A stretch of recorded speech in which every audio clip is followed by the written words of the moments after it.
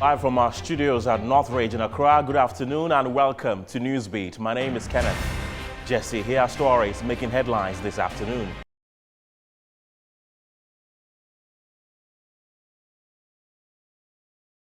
Following the Energy Ministry's denial of the collapse of the Tema oil refinery and the current minister, Dr. Matthew Opoku-Prempeh, will get more reactions to the statement by the Institute of Energy Security. Central Region residents want government's immediate intervention to fix their poor roads, which have worsened by the onset of the rains.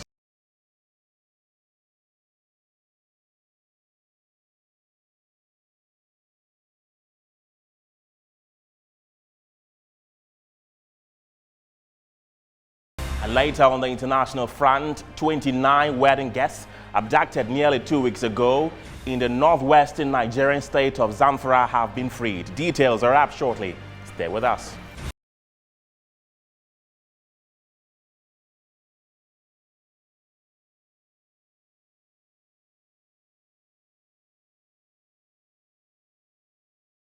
Many thanks for your time. Let's now settle for the details, because several roads in the central region are in poor state and almost unmotorable. The onset of the rains have worsened the situation. Residents want government's immediate intervention. Our central regional correspondent, Akwesiado, has more in the following report.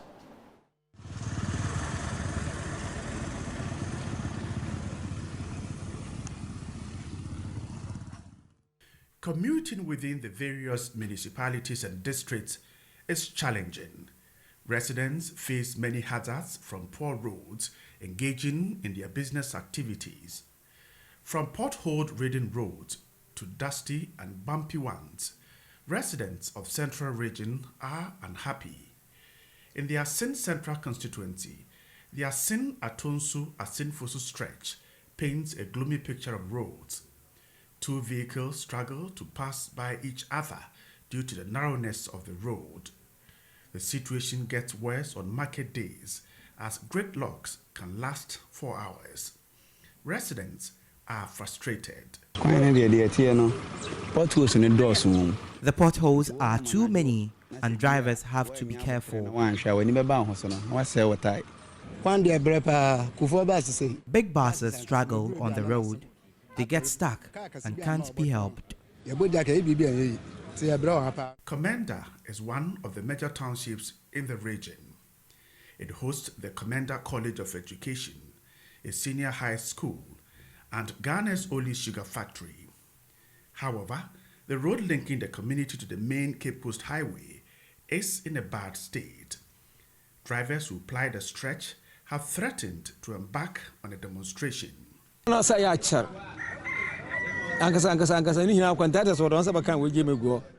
The road has been bad for a long time. Cars continue to break down every day.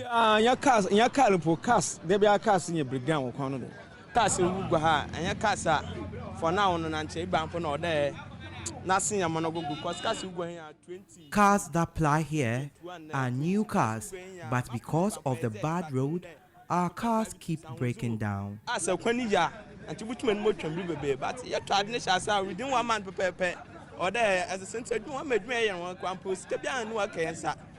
Apart from some works on drains and culverts that have been done, the contractor has abandoned the rest of the work. Samuel Atta Mills is the Member of Parliament for the Commander Edina Egwafo Abrim constituency. Before NDC left power, that road had been given to a contract. And then NPP came to power.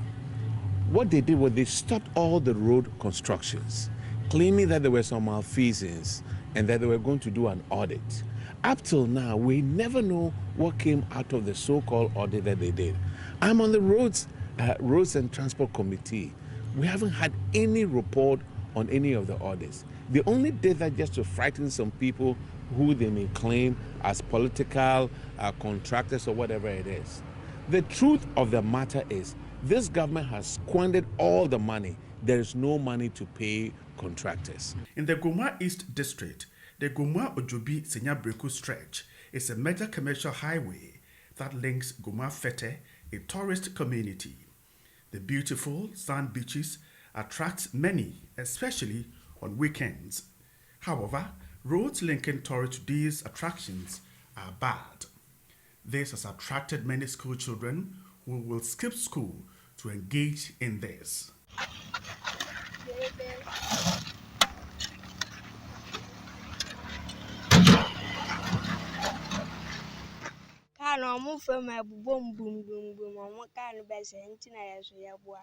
We help fill the potholes so that we can get some monies for ourselves.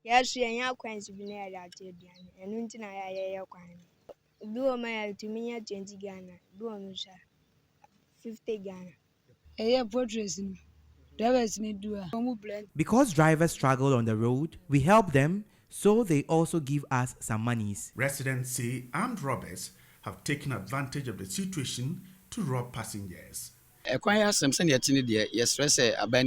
Government should come in to help us. Drivers, passengers, pregnant women are all suffering. Please, government should come in and help Senya Breku. In the Ewutu Senya West District, the Ewutu Breku Obrachre stretch is a district major road. It connects most of the major townships in the district, such as Bontoku, Chocho, Bontrase, Obrachre, through to Bodjuase. The road is, however, poor. A portion of the road was recently washed away, leaving commuters stranded. It took the intervention of a Chinese quarry company to temporarily fix the portion that went bad. Some chiefs and residents of the area have called on government to fix the road. Traditional leaders should inform the MP so that he will also tell the Roads and Highway Minister to come in and help.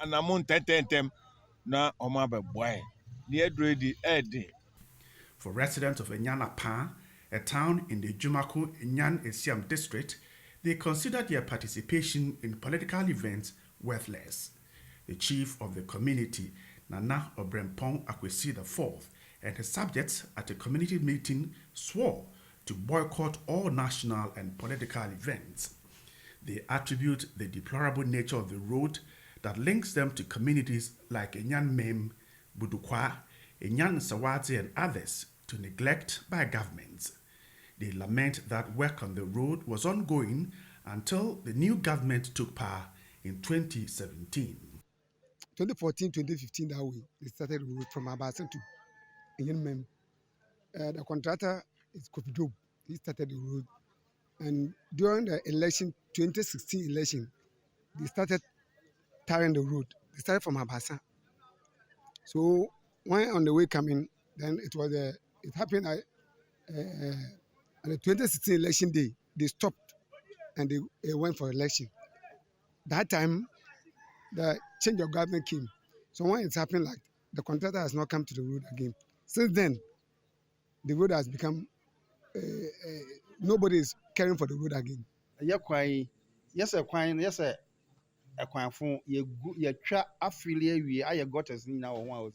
The road was almost completed before the elections, but it was stopped, and for the past 6 years, nothing has been done on this road. First project district 6 years. For residents of the central region, bad roads are hampering business activities, and they want central government to step in to save the situation. Right, away from the central region, the Institute for Energy Security is appealing to President Akufo-Addo to save state-owned oil refinery, the Tema Oil Refinery, from imminent collapse. It therefore wants the president to, as a matter of urgency, intervene and restore the facility to a sustainable operational path before it collapses dead in only a matter of months. The energy think tank is also calling on President Akufo-Addo to ensure the refinery's management and board develop a comprehensive business strategy that ensures that TOR is operationally and financially viable, as developments on the international fuel market will continue to have a direct effect on the Ghanaian fuel market. The energy minister has failed to provide that leadership necessary for the restoration of TOR.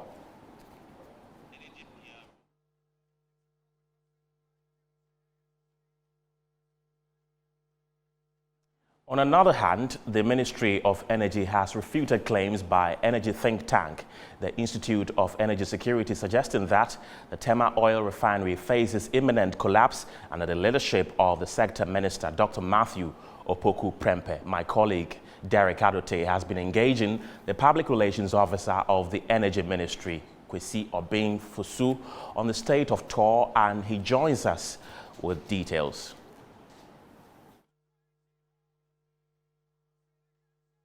Just 4 days after assuming office as energy minister, visited TOR.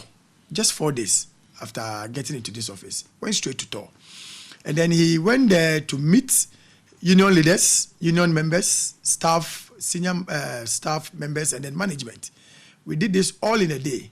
He met union leaders at the forecourt, met staff upstairs, met the senior management in their management hall room, and later came down to organize a Deba of staff and all workers of TOR.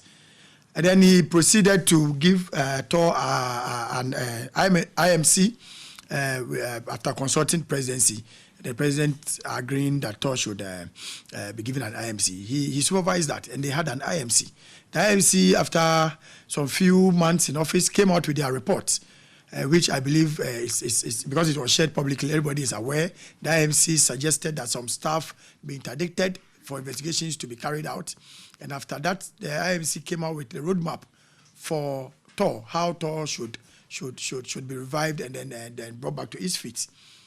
After the work of the IMC, the minister, this same minister, supervised the inauguration of the TOR board, where the IMC handed over their notes to the board. And as part of the notes that the IMC handed to the board, the minister stated that the board should quickly work with management to consider the strategic partner that the IMC is suggested in their report, and then to do the necessary checks in consultation with the interministerial committee and other related bodies to ensure that TOR gets a strategic partner that is ready to work on the depths of TOR, to work on the refinery itself. And he has done all this in less than a year. In less than a year. He has done all this in less than a year. So for anybody to say he is relenting on securing a strategic partner for TOR or sleeping on the job is quite unfortunate. It is not in the interest of some people to get TOR working. You know, in this game, many people have their own things. But then for TOR to enjoy that peace of mind that it has enjoyed over this last period, I think we need to put these things away and then support the minister and then the management at TOR to do the right thing for us so that we can all benefit from the activities and then the roadmap that they've put in place to get TOR back.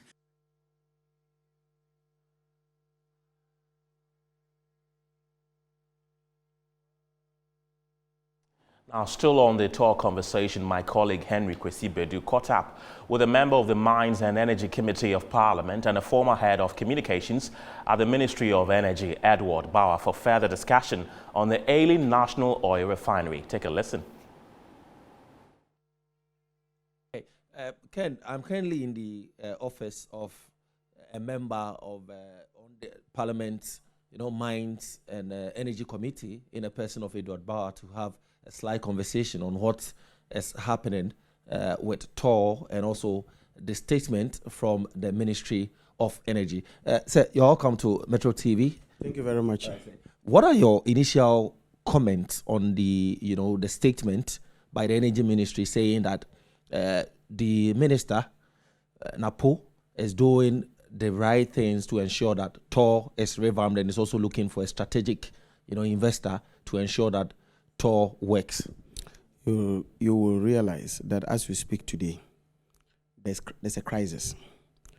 A crisis in the sense that the fuel prices are not simple and untenable.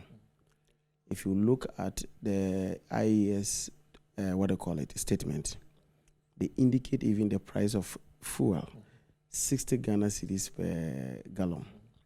Indeed, it is important to realize that as at 2016, a gallon of petrol was or maybe diesel thereabout, was about 14 cedis. Today, a liter is 14 cedis. That is how bad it is.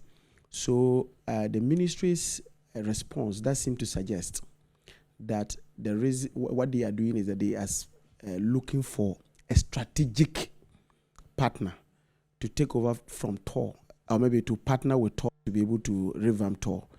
It's not a very satisfactory answer. The reason being that currently we are going through some challenges. Part of the thing is because of the fact that, and the government itself has said because of the Ukraine-Russia war, wouldn't it be better to have a situation where Tor is working, and Tor, for example, can process crude to the various petroleum products, just to be able to bring down the cost? Because if we were to... How much cost, let's say, now we are buying a liter for close to 11 Ghana cedi. Let's say if Tor is functional and it's working, it's operating, how much do you think it could reduce, fuel in the country? Let me tell you, when the BDCs bring fuel, the issue of freight is considered. The issue of insurance and other things are considered. If you have a situation where, as a country, we decide, because this is a crisis, if you look at all the petroleum agreements we sign, we always indicate that in periods of crisis, the state has the right to ask partners of our various fuels to supply the country with crude. And so what it would have done, that the country would have been saved from the whole idea of having to, export or maybe import crude, because we'll just take it from our oil fields straight to Tor and refine. That obviously will bring down some costs because it reduces what we call the ex-refinery price. Usually they have what we call the ex-refinery price. Then after the ex-refinery price, you then have the various add-ups that finally gives you either the ex-depot, then from the ex-depot, then the ex-pump. So I think that alone would have saved us a lot of And again, it would have also helped us in terms of our foreign exchange issues. Because as we speak now, because of the fact that BDCs have to import petroleum products, what is happening? If you look at their import bill, Bloomberg just reported just last week, the import bill is around $450 million every month. $450 million, Bank of Ghana can only auction $100 million. So can you imagine that this forex is made available, we are saved from having to go for this forex and rather just use our crude, process our crude to be able to supply. It can help even in stabilizing our city.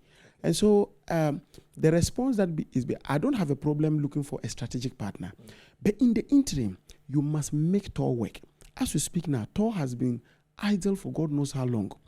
Since the beginning of the year, we have not seen anything. The whole of last year, nothing. And Tor has not been working. Meanwhile, guess what?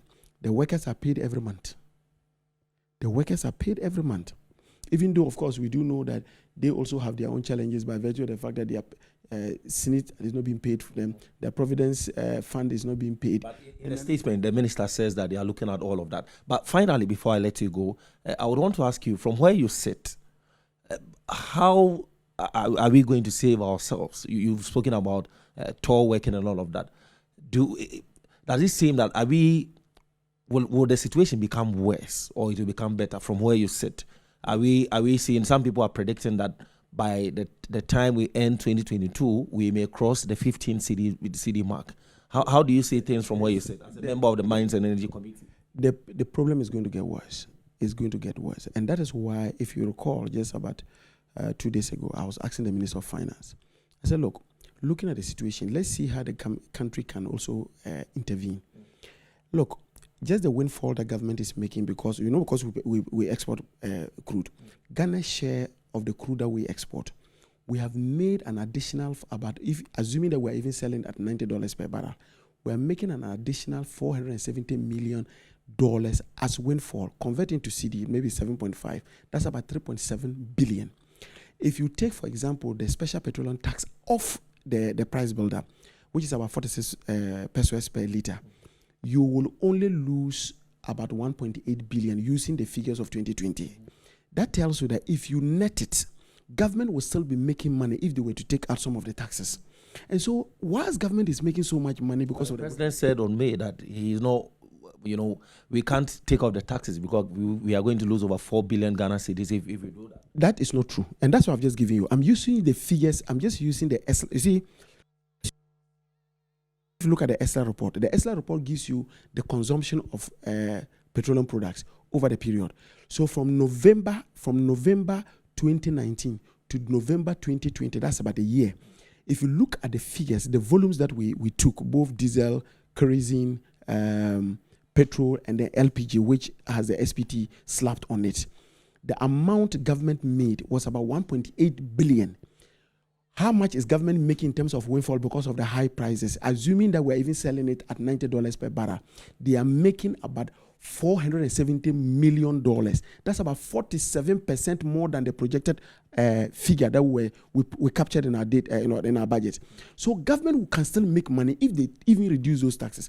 We compare the windfall to the taxes we are going to take, the value of the taxes, and we realize the government will still make money and reduce also the hardships that are being encountered by Ghanaians. Sure. Okay. Thank you very much. So that is Edward Bauer I've been speaking to. He is a member on the Mines and Energy Committee of Parliament. He says that Ghanaians should brace ourselves because the situation will get worse. So over to you, Kenneth, in the studio to continue with the news. Thank you very much, Henry Kwesi Bedu, bringing us that conversation live from Parliament. Let's now take you to our video wall and show you some facts about the Tema Oil Refinery. And the Tema Oil Refinery Limited is Ghana's only refinery established in 1963 to refine crude oil. It was 100% owned by ENI Group, that is Ent Nationale Idrocarburi of Italy. The refinery, situated in Tema, was incorporated as a private limited liability company under the company's Ordinance Cap 193 on December 12, 1960, under the name Ghanaian Italian Petroleum, GHAIP. The government of Ghana, however, bought all the shares in April 1977 and became the sole shareholder. In 1990, the name was changed to the Tema Oil Refinery. The refinery had the capacity to produce and store 9,000 metric tons of LPG. The total storage of the refinery for both crude oil and finished petroleum products is 2.6 million barrels. The refinery produces storage services for the bulk distribution companies. Some of the refined products of TOR are liquefied petroleum gas, LPG, gasoline or petrol, kerosene, aviation turbine kerosene, that is jet A1, gas oil, which is diesel, premix, naphtha, fuel oil, cracked fuels. Tema Oil Refinery shut down its operations in June 2018 due to lack of crude oil, which serves as raw material for the refinery. A new board was sworn in on March 2, 2022 by the Minister of Energy, Dr. Matthew Opoku Prempeh, to make the only state refinery work again. The 9-member board of directors included are David Kwame Tando Adomakon, who is the chairman, and here are the members of that board: Jerry Kofi Hinson, Professor Albert Ahinkan, Edith Sapara Grant, Nana Ekuya Bakoma Prempeh, Prince Amidou Hamidou Ama, Kamal Dean Abdullahi, Leon Kendon Apintin, Irene Osei Bonsu. And the managing director is Edward Boateng, who is Ghana's former ambassador to China.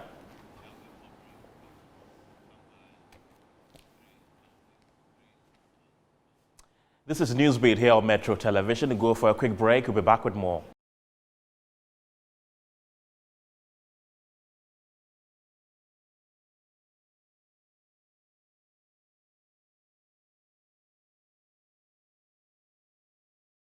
Hello again. Let's take you to Parliament, where the Majority Leader of the House, Osei Mensah Bonsu, has hinted of plans by Parliament to grant tax reliefs to Jata Cement as part of efforts to support local cement manufacturing.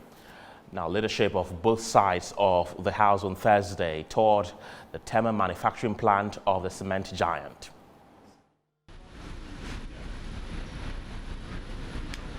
The visit to the Jatta Cement Company Limited by the leadership of Parliament and the Joint Committee of Works and Housing and Trade was to enable members appreciate the strides made by the company and potential challenges facing its operational efficiency. Current production is 1.2 million tons of cement a year, but when fully operationalized, the company hopes to increase capacity to 2.6 million tons a year.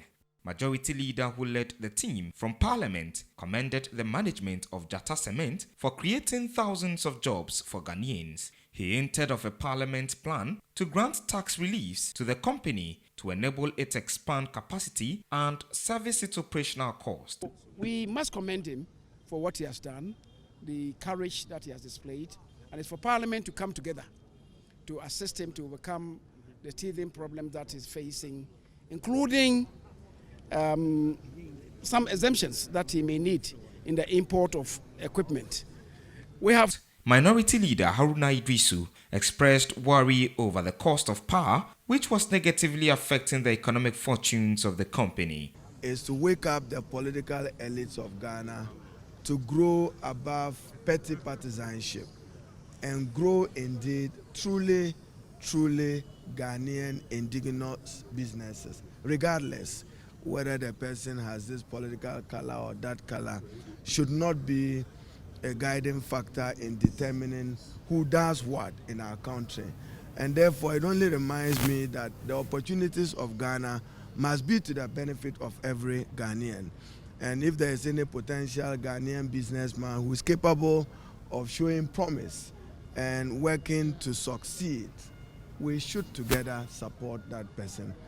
Businessman Ibrahim Mahama, who is also the Chief Executive Officer of Jatta Cement Limited, expressed gratitude to Ghanaians for embracing the Jatta brand. I must say on record that, look, I commend Ghanaians for supporting us in this. When we came in, we thought that we wouldn't have the traction we currently have, but we've been very, very happy with the response to the cement that has actually filtered into the market.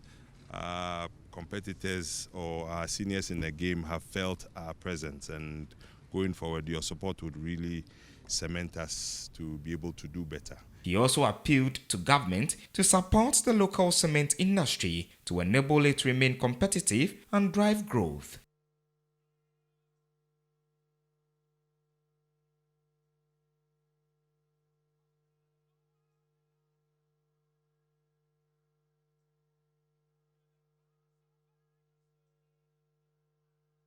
So I've been joined in studio by a tax expert, Jeffrey Okanse, to give us insight on how we can use tax incentives to support local industries. Good afternoon, Mr. Okanse. Welcome to the show. With the emergence of local manufacturers like Jatta Cement, which tax incentives will you propose can help indigenous businesses? Well, I think these reliefs that are going to be granted, it's a very good thing to grant reliefs to these companies, but you have to bench them on what you get back as a country. So it's actually directly to reduce their production cost. And when you have reduced your production cost, you have the opportunity to expand your company, you know. So one, you get the local sufficiency in the product that the local producer is going to be producing, that is cement, and that is going to help our construction industry. Our building industry is going to boom. And you know, even sometimes when you look at this one, it's another opportunity for the person to expand operations. When you expand your operations, you are going to be giving opportunities to more people to be working. You are going to be increasing employment. You actually will be expanding the tax base of the country. So you have expanded operations. You are going to be producing more. As a company, you earn more, and then you'll be paying more corporate taxes to our revenue generation initiative. You also have created jobs for a lot of Ghanaians. That means you'll be expecting pay as you earn. I mean, a lot of workers will be employed, and then you'll be paying more taxes for the workers as well. And then finally, like I told you, you need to look at the angle where companies would then have that compliance initiatives. They'll be tax compliant. we have tax evasion and tax avoidance. They will now stop the tax avoidance initiatives. Some of the companies, because of the weight of taxes on them, they explore the tax avoidance route, and we lose revenues from that. So, as a matter of fact, it's good to do this because of the local industry that you want to boom. Local industry will expand your tax base, but indeed it becomes an economic initiative where we call it economic nationalism. When your country is producing more, you don't go back there and then be importing cement like in the past we used to do. So that means that you would not need more forex to go out there to be fighting. You need more dollars to go and fight and buy more goods to come in here. You reduce importation, and then you also create that job for your people, and then you increase your revenue. So it's a very good initiative. One of the concerns that have been raised by consumers is price competitiveness. When you compare local manufacturers to imported goods, imported goods are usually much cheaper than the ones manufactured in our country. How is that the case, and how do we curb that issue? So this is one of the right timing for this one. So once you have actually reduced your production cost, it is also benched on the cost of the product. So you give them the opportunity to compete with imported goods, UK. So once you've reduced your tax obligation, their production cost goes low, then you mean the product would also have to be cheap. So all I'm saying is the negotiations to grant this relief should start from one, that honesty for the company to keep proper books and clean books, avoid tax avoidance, it's one. Two, it also should be benched on the companies expanding, to expand the tax base, and also to create opportunity or employment for other people. And then the product, the cement bags. The negotiation should be that once we are granting you the reliefs, the cost of the product automatically, we believe, should be directly affected. And that means reduction in the cost of the product, that is cement. Tax waivers for multinational companies in the country, that is a big issue that people have a lot of problem with. How do we deal with that? Well, I am one advocate against tax exemptions, because my argument has been on three bases. I look at security. Ghana has good security. So when you go to the table to negotiate with these big multinational enterprises, there is a M&E declaration globally, which gives the local host countries, especially the poor countries and middle-income countries, the opportunity to explore and discuss with these multinational enterprises that we are not in good standing economically to be offering them one-ton exemptions. So we should bench our discussions on looking at security. We guarantee them security. We have the raw materials. Most of them come in here, they are coming for gold and other minerals. We have quality raw materials here. Right. Our negotiations should focus on the raw materials that we have, and then we have labor. We have relatively cheap labor and qualified skilled labor. So I think these are where we bench our exemptions. But as a country, the tax exemptions bill is in Parliament. We are praying and pushing for our members of Parliament to pass the tax exemptions bill to regulate the exemptions. But personally, like I've told you, I'm not a great fan of tax exemptions. Right, and I believe that is also going to help local manufacturers, right?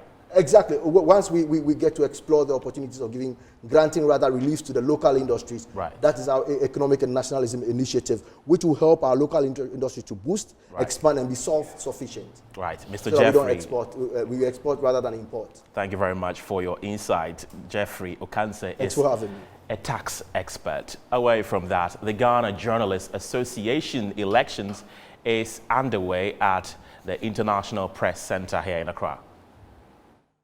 Over 800 members of the Ghana Journalists Association are heading to the polls today to elect new regional and national executives for the association.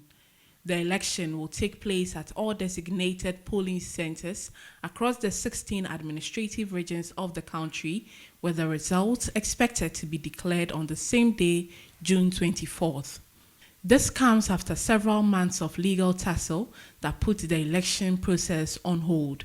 According to a statement issued by the association, the final date for the election follows the successful resolution of the petition submitted before the Ghana Journalists Association Elections Adjudication Committee.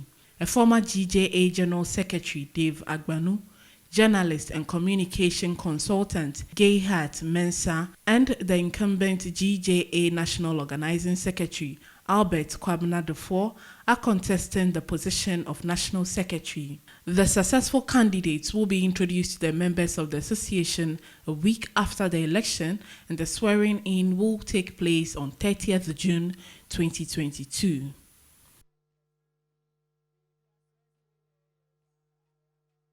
Now, still on the ongoing Ghana Journalists Association elections, some of the members who have successfully cast their vote commended the association for the smooth electoral process and hopes the new executives will bring on board strategies to promote the welfare of journalists. Outgoing president of the association, Afilmoni, on his part appealed to all the candidates to accept the outcome of the results in good faith. Given the confluence of issues, the agitations, the outlandish allegations, the slanderous accusations, the endless litigations in courts, they've all come down into one thing: the election, which is going on. So we thank God. We are appealing to the candidates, we are appealing to the stakeholders, we are appealing to the media community in general. Please, in the name of tolerance, in the name of democracy, let's accept the results and work with those who will be so elected. It is not within the bounds of possibility for all the candidates to be elected as such. Only one will be chosen for each position. So with this background, with this understanding, we should all come together, pull in one direction, forge a united front, and propel the Ghana Journalists Association to the level it is destined to be. It is good that finally we have come to exercise our franchise and our civic responsibility. You see, better late than never. That's what we say. And it's always good that we have come to this point. What I believe in is that the GJ has to have a very solid front. And if they have to do that, all of us as members of the GJ will have to exercise our franchise. First of all, we have to commend the committee that organized these elections, at least for the preparation that I've seen today. The Electoral Commission officials too have done marvelously well. The process is just simple, and for anybody who is coming, you don't have to spend so much time because, you know, media people, we are even busy. There's no queue, so you go through the process within a few minutes. I think about 5 minutes you are done, and then you exercise your civic responsibility in voting for whoever your choice is. We'll come up with strategic plans that will enhance the welfare of the media, and we all back whoever will win to develop the media landscape. After the break, Winston Taki will be here with the latest in business. Don't go anywhere.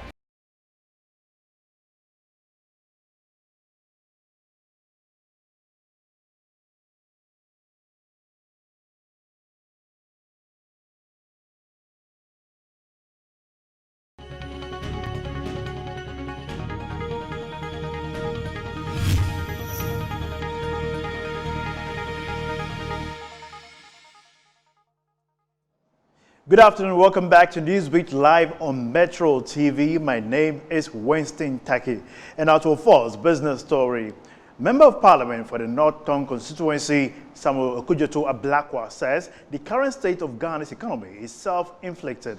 He said mismanagement of public funds and lack of excessive borrowing has brought the country to a standstill. Current economic predicament, that is such a crucial ministry. That's where your LEAP, your school feeding program, and all your social interventions are. We need a dedicated minister, and we need a bailout. The Ghanaian people can't take it anymore. They are suffocating. How is it that other countries are able to offer some cash grants here, are able to subsidize there, are able to bring in price control measures, and then here in Ghana, leadership is just looking on, and matters are getting worse. And all we see is a profligacy that continues. Something must be done. We shouldn't wait for people to start dying. And look, let's be careful. We saw what happened in Sri Lanka. It gets to a point, it just boils. And it boils over. The people can't take it any longer. We all don't want that. We don't want to see, a people's insurrection. or a people's revolt. Something has to be done, and it must be done now, immediately, to avoid a Sri Lankan situation, an Argentinian situation, a Greece situation, a Lebanese situation, Lebanon situation, where the people say, look, enough is enough. And they come after all of us. I hope somebody is listening. Now, Managing Director of the State Transport Corporation, Nana Komia, says focusing on developing local businesses and patronizing made-in-Ghana goods may improve the economy. We all know what is happening in the global economy. It's a major issue. The COVID pandemic shut the global economy for 2 years. The Ukraine-Russian war has come to mess it up. So, but even if you took out the global situation, I mean, in 2014, when the cedi lost about 40% of its value, there was no global situation. I saw some footage of President Mahama talking about the problem in China, and that there was a problem in China, even those days. So it shows you that it's systemic, runs through the system. And maybe if we can develop more mechanics for public accountability, and Parliament is key.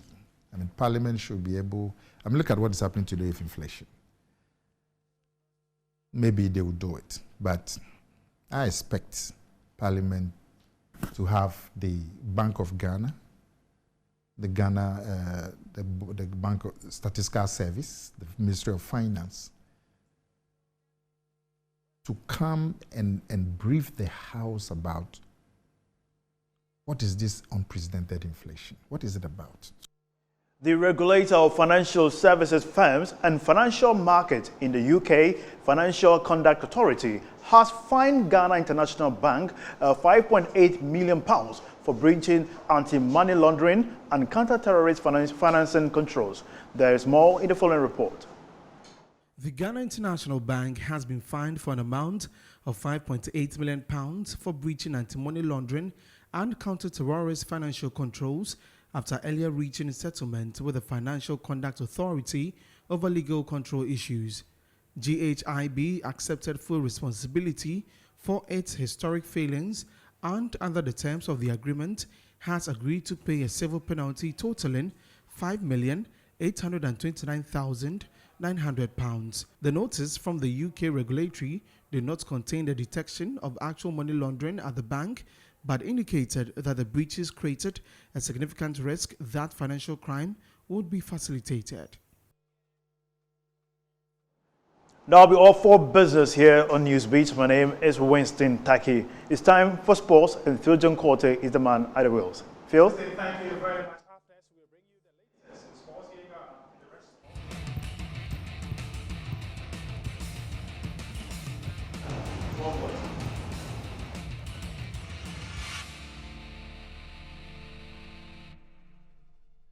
Favorites preparations are underway for the finals of this year's MTN FA Cup between defending champions Accra Hasselhoff and Bechem United at the Babaya Sports Stadium on Sunday. The chairman of the planning committee at Wilton in an interview with Metro Sports indicated that they are ready for the match and its aftermath. If you compare this season with the two that I have managed, I think it's a credible season. But the story is not complete until we play the final match. One major challenge is funding. We know the clubs are not in good financial positions, so it becomes difficult. They want more money. The clubs always want more money. That is a major challenge. Sponsorship, we need sponsorship, additional sponsorship. And competitiveness, yes, we are up there. Match officiating, it's been pretty good. We've not had too many challenges when it comes to FA Cup. Pitches, FA Cup, we choose the good pitches. We play only on accredited pitches. If the licensing board has not approved of your pitch, you cannot use it for FA Cup. So we've played on the best pitches we have. That's what we have. Yeah, so we've played on the best pitches we have. One good thing we did this season is the the Bruno Derby we created. It was a wonderful atmosphere. If you watch the Adriana versus Bichemi United match, and you watch the Dreams FC House of Folk match, you understand what I mean. Until the final was, there's no winner, and it is MTN FA Cup. Obia. Arthur Wilson is the chairman of MTN FA Cup Committee. Finals is at the Babaya Sports Stadium on Sunday. That's your sports. My name is Phil John Quote. Desi standing by for Showbiz. Hello, Phil. Up next, we do entertainment news.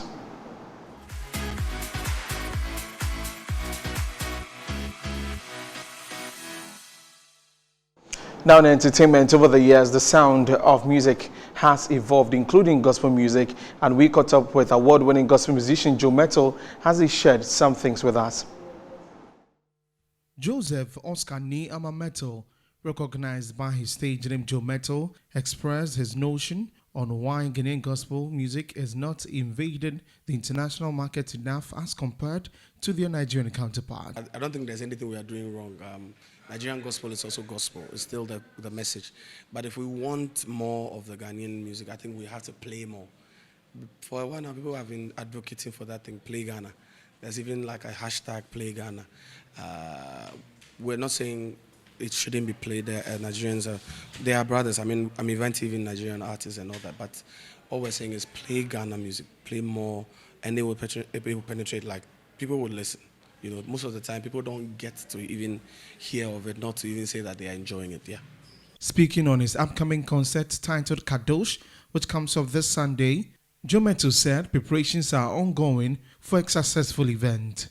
We've been able to put most of the things together. Rehearsals are ongoing. I think we had our last rehearsal yesterday. We're having like a dress rehearsal one of the days as well.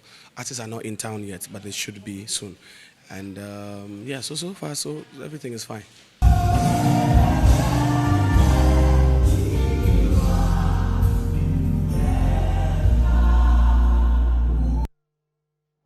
Now, music production has become very important to making music, and this week I caught up with Grammy-nominated producer Nat Binyi, who has been telling us about his journey.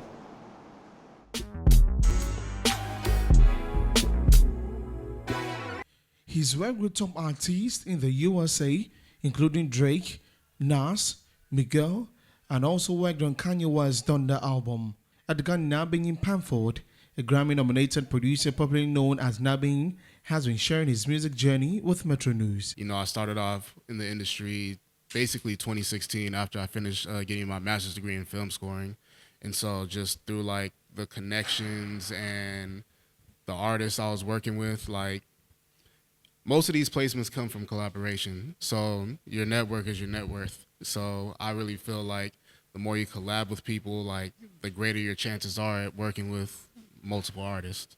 Nabinyi, who has been in Ghana for 2 weeks now, shared what he has been up to since his visit to his motherland. Yeah, so me and Kwamna, we did like 4 joints together. I think we recorded to about 3 of them, and we're supposed to link again this week with him, possibly Kwesi Arthur and Kofi Jamar, I believe that's his name.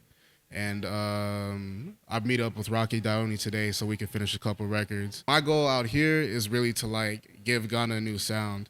And I think that if it's more digestible worldwide, that's what'll help bring more light to Ghana. The Ghanaian-born producer also expressed his excitement about the growth of Afrobeat and its influence globally.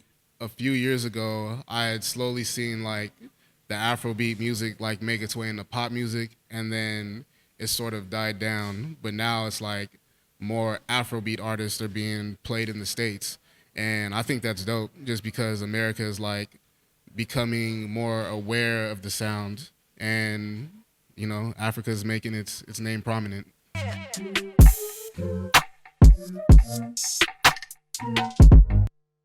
So for entertainment, my name is Desmond Okrekudan. So Ken is standing by with the rest of the bulletin. Thank you very much, Desmond. International news is next.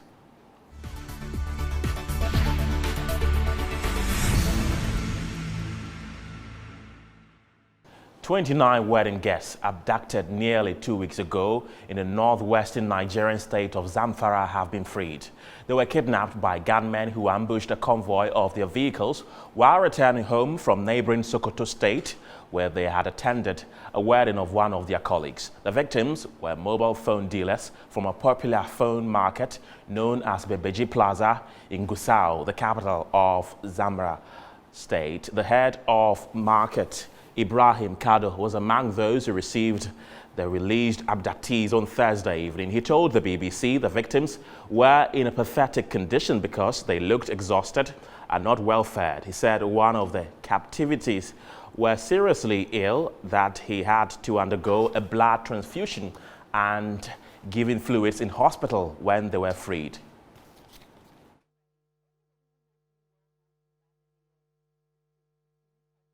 That's all time will allow for this edition of Newsbeat. My name is Kenneth.